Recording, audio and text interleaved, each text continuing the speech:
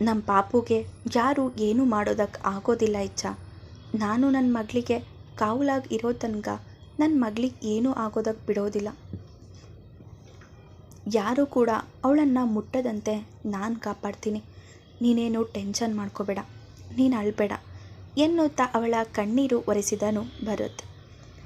ಭರತ್ ಮಗುನ ಹೊರಗೆ ಕರ್ಕೊಂಡು ಹೋಗೋವಾಗ ನನಗೊಂದು ಮಾತು ಹೇಳೋಗು, ಇಲ್ಲ ಅಂದರೆ ಭಯದಲ್ಲಿ ನನ್ನ ಉಸಿರು ನಿಂತು ಹೋಗುತ್ತೇನೋ ಅನ್ನೋ ಹಾಗೆ ಹೃದಯ ಹೊಡ್ಕೊಳ್ಳುತ್ತೆ ಎಂದವಳ ಬಾಯಿಯನ್ನು ತನ್ನ ಬಾಯಿಯಿಂದ ಮುಚ್ಚಿಸಿದ.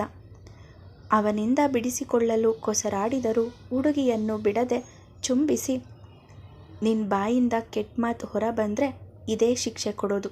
ಇನ್ಮುಂದೆ ಮಾತಾಡೋ ಮುನ್ನ ಯೋಚನೆ ಮಾಡಿ ಮಾತಾಡು ಎಂದು ವಾರ್ನಿಂಗ್ ಕೊಟ್ಟು ಮಗುವನ್ನು ತನ್ನ ತೋಳಲ್ಲಿ ಎತ್ತಿಕೊಂಡ. ತನ್ನ ತುಟಿಗಳನ್ನು ಒರೆಸಿಕೊಳ್ಳುತ್ತಾ, ರಾಕ್ಷಸ ಬೇಕು ಅಂತಾನೆ ಹೀಗೆಲ್ಲ ಮಾಡ್ತಾನೆ. ಎಷ್ಟು ಸಲ ಹೇಳಿದರೂ ಅವನಿಗೆ ಬುದ್ಧಿ ಬರೋದಿಲ್ಲ, ಬರೀ ಮೊಂಡು ಎಂದು ಗೊಣಗುತ್ತಲೇ ಅವನ ಹಿಂದೆಯೇ ಹೊರಟಳು. ಆಸ್ಪತ್ರೆಯಿಂದ ಹೊರಗೆ ಬರುವಾಗ ತನ್ನ ಕೈಯಲ್ಲಿ ಇದ್ದ ಕಾರ್ ಕೀಯನ್ನು ಭರತ್ತತ್ತ ಎಸೆದು, ನೀನು ಡ್ರೈವ್ ಮಾಡು, ನಾನು ಬಂಗಾರಿನ ಎತ್ಕೋತೀನಿ ಎಂದು ಮಗುವನ್ನು ಎತ್ತಿಕೊಂಡ ಇಚ್ಛಾಳೆಡೆಗೆ ತಿರುಗಿ ನಗು ಬೀರಿದ ಭರತ್. ಅವಳಿಗೆ ಮೊದಲಿನಿಂದಲೂ ಕಾರ್ ಓಡಿಸುವುದು ಅಂದರೆ ಅಷ್ಟಕ್ಕಷ್ಟೇ. ಅದು ಅವನಿಗೂ ತಿಳಿದ ವಿಚಾರವೇ. ಬುಲೆಟ್ ಅವಳ ಕೈಗೆ ಸಿಕ್ಕರೆ ಮಾತ್ರ ಅದನ್ನು ಯಾರ ಕೈಗೂ ಒಪ್ಪಿಸುವುದಿಲ್ಲ. ಭರತ್, ನಾಳೆ ಪಾಪುಗೆ ನಾಮಕರಣ ಅಲ್ವಾ, ಪಾಪುಗೆ ಡ್ರೆಸ್ ತೆಗಿಬೇಕು, ಸ್ವಲ್ಪ ಶಾಪಿಂಗ್ ಇದೆ, ಸಿಟಿ ಕಡೆ ಕಾರ್ ತಿರುಗಿಸು ಎಂದು ಇಚ್ಛಾ ಹೇಳಿದರೆ ಭರತ್ ಕಿವಿ ಕೇಳದಂತೆ ವಿಷಲ್ ಹೊಡೆಯುತ್ತಾ ಕಾರ್ ಓಡಿಸುತ್ತಿದ್ದ. ಭರತ್, ನಿನ್ಗೆ ಹೇಳ್ತಾ ಇರೋದು ಕೇಳ್ತಾ ಇಲ್ವಾ ಎಂದು ತುಸು ಧ್ವನಿ ಏರಿಸಿ ಹೇಳಿದರೆ, ಯಾವ ಪಾಪುದ ನಾಮಕರಣ, ನನಗೆ ಗೊತ್ತೇ ಇಲ್ಲ ಎಂದು ಭರತ್ ಹೇಳಿದಾಗಲೇ ತಾವಿಬ್ಬರು ಜಗಳ ಮಾಡಿಕೊಂಡು ನಾಮಕರಣದ ವಿಷಯವನ್ನೇ ಅವನಿಗೆ ಹೇಳಿಲ್ಲ ಎಂದು ನೆನಪಾಗಿತ್ತು. ರಘು ಅಂಬಿಕಾ ನಿನಗೆ ವಿಷಯ ಹೇಳಿದ್ದಾರೆ ಅಂತ ಗೊತ್ತು, ನಾಟಕ ಮಾಡಬೇಡ ಎಂದರೆ ಭರತ್ ಕಾರ್ ಸೈಡಿಗೆ ಹಾಕಿ, ನಾನು ನಾಟಕ ಮಾಡ್ತಾಯಿದ್ದೀನ? ಮಗುವಿನ ತಂದೆಗೆ ಮಗುವಿನ ನಾಮಕರಣ ನಾಳೆ ಅಂತ ಗೊತ್ತಿಲ್ಲ ಅಂದರೆ ಏನು ಅರ್ಥ ಇಚ್ಛಾ? ಅಂಬಿಕಾ ರಘು ವಿಷಯ ಹೇಳಿದ್ದಾರೋ ಇಲ್ವೋ ಅನ್ನೋದು ಸೆಕೆಂಡ್ರಿ. ನೀನು ನನಗೆ ವಿಷಯ ಹೇಳಿದ್ದೀಯಾ ಇಚ್ಛಾ? ಕಮಾನ್ ಸ್ಪೀಕ್ ಅಪ್ ಇಚ್ಛಾ, ನನಗೆ ವಿಷಯ ಹೇಳಿದ್ದೀಯಾ ಎಂದು ತುಸು ಧ್ವನಿ ಏರಿಸಿಯೇ ಕೇಳಿದ. ಅವಳಿಗೂ ತನ್ನ ತಪ್ಪು ಅರ್ಥ ಆಗಿತ್ತು. ಅವನದ್ದೇ ಮಗುವಿನ ನಾಮಕರಣದ ವಿಚಾರವನ್ನು ಅವನಿಗೆ ಹೇಳದೆ ತಾನೇ ಮುಂದುವರೆದಿದ್ದು ತಪ್ಪು ಎನಿಸಿ, ಭರತ್, ಅದು ಸಾರಿ ಭರತ್, ನಿನ್ನ ಜೊತೆ ಮಾತು ಬಿಟ್ಟಿದ್ದೆ ಅಲ್ವಾ, ಅದಕ್ಕೆ ಹೇಳೋದಕ್ಕಾಗಲಿಲ್ಲ ಎಂದು ಕ್ಷಮೆ ಯಾಚಿಸಿದಳು. ನಿನ್ನ ಪಾಪು ವಿಷಯ ಏನೇ ಇದ್ದರೂ ನನಗೆ ಗೊತ್ತಾಗಬೇಕು. ನೀನು ಈ ರೀತಿ ನನ್ನಿಂದ ಮುಚ್ಚಿಡೋದು ನನಗಿಷ್ಟ ಆಗೋದಿಲ್ಲ. ಇದೇ ಫಸ್ಟ್ ಆ್ಯಂಡ್ ಲಾಸ್ಟ್ ವಾರ್ನಿಂಗ್ ಇಚ್ಛಾ. ಇನ್ನೊಂದು ಸಲ ಇದೇ ತಪ್ಪು ಮುಂದುವರೆದೆ ನಾನು ಕೆಟ್ಟವನಾಗಬೇಕಾಗುತ್ತೆ ಎಂದು ಎಚ್ಚರಿಕೆ ಕೊಟ್ಟೆ ಕಾರ್ ಮುನ್ನಡೆಸಿದ. ಇಚ್ಛಾ ಅದಕ್ಕೇನೂ ಹೇಳದೆ ಸ್ವಾಮಿಗಳು ಹೇಳಿದ್ದ ಮಾತನ್ನೇ ಮನದಲ್ಲಿ ಮಂಥನ ಮಾಡುತ್ತಿದ್ದಳು. ಭರತಷ್ಟು ಹೇಳಿದ ಮೇಲೂ ಸ್ವಾಮಿಗಳು ಹೇಳಿದ ವಿಚಾರವನ್ನು ಅವನಿಗೆ ಹೇಳುವ ಮನಸ್ಸು ಮಾಡಲಿಲ್ಲ ಅವಳು. ಅವಳಿಗೆ ತನ್ನ ಮೇಲೆ ಕೋಪ ಬಂದಿರಬಹುದು ಎಂದುಕೊಂಡ ಭರತ್ ಒಂದು ಕೈಯಲ್ಲಿ ಅವಳ ನಡುವಿನ ಮೇಲೆ ಕಚಗುಳಿ ಇಟ್ಟ. ಮಗುವನ್ನು ಹಿಡಿದುಕೊಂಡಲ್ಲಿಂದಲೇ ಸಣ್ಣಗೆ ಮಿಡುಕಿದ ಇಚ್ಛಾ, ಭರತ್, ಇದು ಟೂ ಮಚ್ ಆಯಿತು. ನನಗಿಷ್ಟ ಇಲ್ಲ ಅಂದರೂ ನನ್ನನ್ನು ಮುಟ್ಟಿದ್ರೆ ನಿನ್ನ ಕೈ ಮುರಿತೀನಿ, ನೋಡ್ತಿರು ಎಂದು ಧಮಕಿ ಹಾಕಿದಳು. ಓಹೋ, ಕೈ ಮುರಿಯೋ ನೆಪದಲ್ಲಿ ನನ್ನನ್ನು ಮುಟ್ಟುವ ಪ್ರಯತ್ನ ಅಲ್ವಾ? ಬೇಕು ಅಂತ ಒಂದು ಮಾತು ಹೇಳಿದರೆ ಸಾಕಪ್ಪ, ಐ ಆಮ್ ಆಲ್ವೇಸ್ ರೆಡಿ ಮುದ್ದು ಎನ್ನುತ್ತಾ ಬಾಗಿ ತನ್ನ ಪಕ್ಕದಲ್ಲಿ ಕುಳಿತ ಚೆಲುವೆಯ ಕೆನ್ನೆಗೆ ತುಟಿಯೂರಿದ. ಭರತ್, 2 ಸಲ ಆಯಿತು, ಇನ್ನೊಂದು ಸಲ ಹತ್ತಿರ ಬಂದರೆ ನಿನ್ನ ತುಟಿನೇ ಕಚ್ಚಕನ್ಸ್ಬಿಡ್ತೀರಿ ಎನ್ನುತ್ತಾ ಕಚ್ಚಿ ತಿನ್ನುವಂತೆ ಸನ್ನೆ ಮಾಡಿದಳು.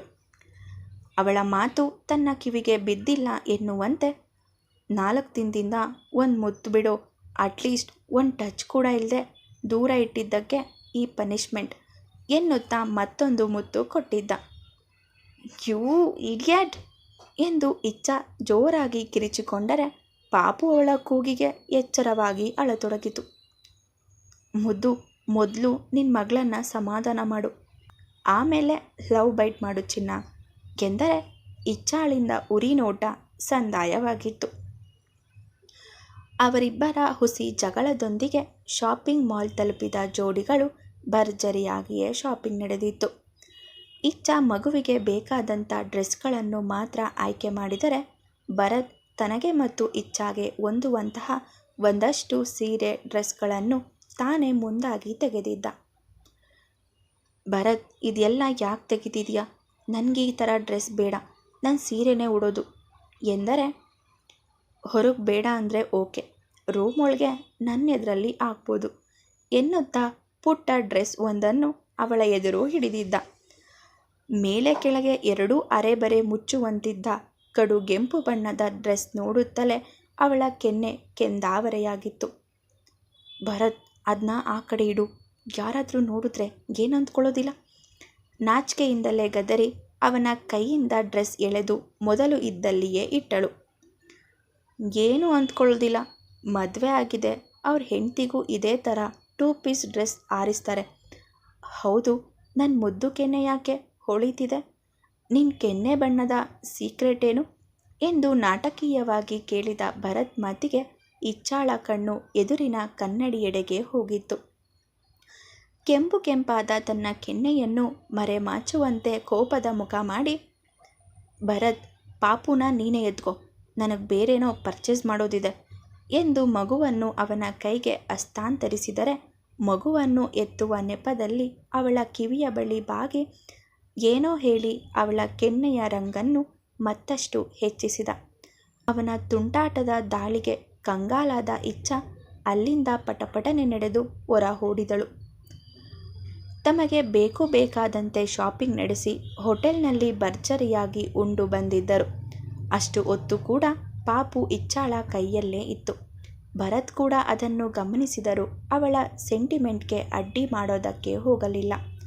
ತಾಯಿ ಮಗಳ ಬಾಂಧವ್ಯವನ್ನು ಕಣ್ತುಂಬಿಕೊಳ್ಳುತ್ತಿದ್ದ. ಶಾಪಿಂಗ್ ಮುಗಿಸಿ ಮನೆಗೆ ಬಂದ ಜೋಡಿಗಳು ತಾವು ಅಂಬಿಕಾ ಹಾಗೂ ಭರತ್ ರಘುಗಾಗಿ ಶಾಪಿಂಗ್ ಮಾಡಿದ ಬಟ್ಟೆಗಳನ್ನು ಅವರಿಗೆ ನೀಡಿದರು. ತಮ್ಮನ್ನು ಅವರಲ್ಲಿ ಒಬ್ಬರು ಎಂದುಕೊಂಡು ಡ್ರೆಸ್ ತಂದ ಅವರ ವಿಶಾಲ ಮನಸ್ಸಿಗೆ ಖುಷಿಪಟ್ಟರು. ಇಚ್ಛಾ ಮಗಳನ್ನು ಭರತ್ ಬಳಿ ಬಿಟ್ಟು ತನ್ನ ರೂಮ್ ಸೇರಿಕೊಂಡು ಮಾರನೇ ದಿನದ ತಯಾರಿಗಾಗಿ ಭರತ್ ಕೊಡಿಸಿದ ಸೀರೆ, ಮ್ಯಾಚಿಂಗ್ ಬ್ಲೌಸ್, ಅವಳ ಸೀರೆಗೆ ಹೊಂದುವಂತಹ ಭರತ್ಗೆ ಶರ್ಟ್, ಪಂಚೆ ಎತ್ತಿಡತೊಡಗಿದಳು. ಮಗುವನ್ನು ಎತ್ತಿಕೊಂಡು ರೂಮ್ಗೆ ಬಂದ ಭರತ್ ಮಗುವಿನ ಜೊತೆ ಮಂಚದ ಮೇಲೆ ಮಲಗಿ ಮಗುವನ್ನು ತನ್ನ ಮೊಣಕಾಲಿನ ಕೆಳಗೆ ಮಲಗಿಸಿ ಮಗುವಿನ ಸಮೇತ ಕಾಲು ಮೇಲೆತ್ತಿದರೆ ಪಾಪು ಕಿಲಕಿಲನೆ ನಗುತ್ತಿತ್ತು. ಅಪ್ಪ ಮಗಳ ಸಂತೋಷ ಕಣ್ತುಂಬಿಕೊಳ್ಳುತ್ತಿದ್ದ ಇಚ್ಛಾಳ ಮನದಲ್ಲಿ ಬೇಡದ ಆಲೋಚನೆಯೊಂದು ಹುಟ್ಟಿಕೊಂಡು ಮಾತಿನ ಮೂಲಕ ಹೊರಬಂದಿತು. ಭರತ್, ವೇದಿಕಾ ಜೊತೆಗೂ ನನ್ನ ಜೊತೆ ಇದ್ದ ಥರನೇ ಕ್ಲೋಸ್ ಆಗಿದೆಯಾ ಎಂದು ತನ್ನ ಹೊಟ್ಟೆ ಉರಿ ಹೊರಹಾಕಿದಳು. ಮಗುವಿನ ಜೊತೆ ಆಟಕ್ಕೆ ಇಳಿದವನಿಗೆ ಅವಳ ಮಾತಿನ ಬಗ್ಗೆ ಸರಿಯಾಗಿ ನಿಗಾ ಇರಲಿಲ್ಲ.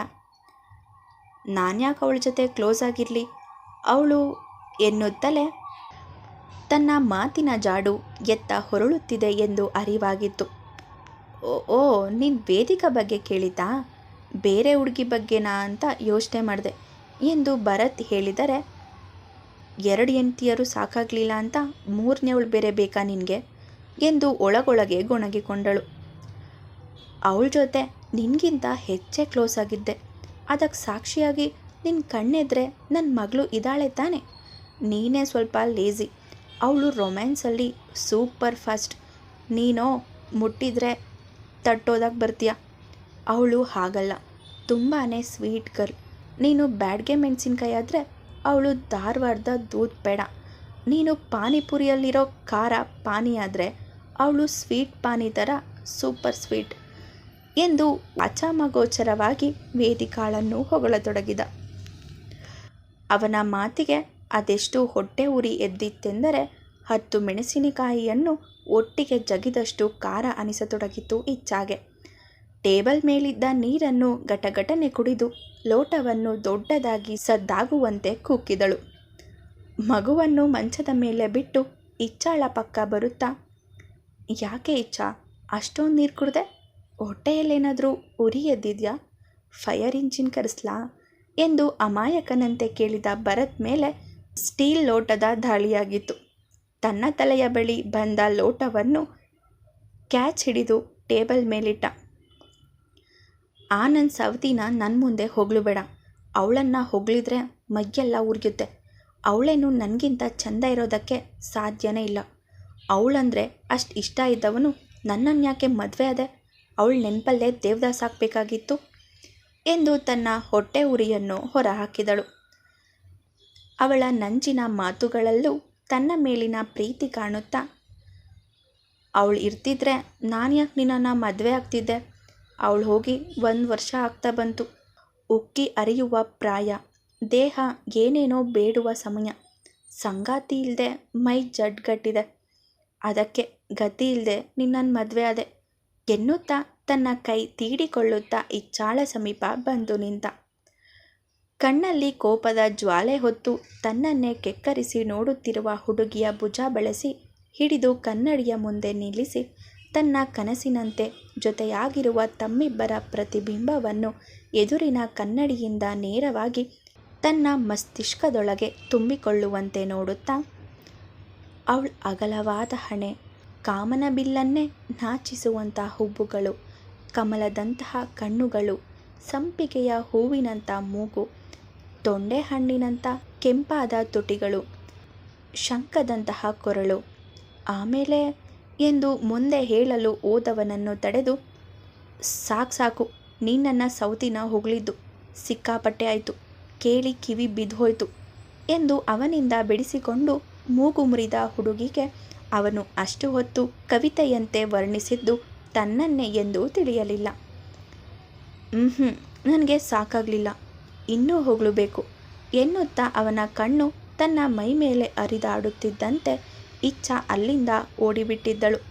ಅವಳನ್ನು ಗೋಳು ಹುಯ್ದುಕೊಂಡಷ್ಟು ಅವನಿಗೆ ಸಮಾಧಾನವಿಲ್ಲ. ಅದೇನೋ ಖುಷಿ. ಅವಳು ಮುನಿಸಿಕೊಂಡಾಗ ಕೆಂಪಗೆ ಕಾಣುವ ಅವಳ ಮೊಗ ಅವನ ಕಣ್ಣಿಗೆ ಹಬ್ಬ. ಅವಳನ್ನು ಕಾಡಿಸಿ ರೇಗಿಸಿ ಒರಟೊರಟಾಗಿ ಪ್ರೀತಿಸುವ ಹುಚ್ಚು ಪ್ರೇಮಿಯವನು. ಮುದ್ದು ಇಚ್ಛಾ, ಅದೆಷ್ಟು ಹೊಟ್ಟೆ ಉರಿ ನಿನಗೆ ಎನ್ನುತ್ತಾ ಹಾಸಿಗೆಯ ಮೇಲೆ ಬಿದ್ದುಕೊಂಡವನ ಮೇಲೆ ಹತ್ತಿ ಬಂದಳು ಮುದ್ದು ಪೋರಿ. ನಿನ್ನಮ್ಮನಿಗೆ ತುಂಬಾ ಹೊಟ್ಟೆ ಉರಿ ಪುಟ್ಟ. ನನ್ನನ್ನು ಪ್ರಾಣಕ್ಕಿಂತ ಹೆಚ್ಚಾಗಿ ಪ್ರೀತಿಸ್ತಿದ್ದ ಹುಡುಗಿ ಅದು ಹೇಗೆ ಭುವನ್ ಜೊತೆ ಇದ್ಲು ಎಂದು ನೋವಿನ ನಿಟ್ಟುಸಿರು ಬಿಟ್ಟವನನ್ನು ಸಮಾಧಾನ ಮಾಡುವಂತೆ ತನ್ನ ಪುಟ್ಟ ತುಟಿಗಳಿಂದ ಅವನ ಎದೆಯ ಮೇಲೆ ಮುತ್ತಿಟ್ಟಿತ್ತು ಅವನ ಪುಟ್ಟು ಗುಬ್ಬಿಮರಿ. ಮುಂದುವರಿಯುವುದು.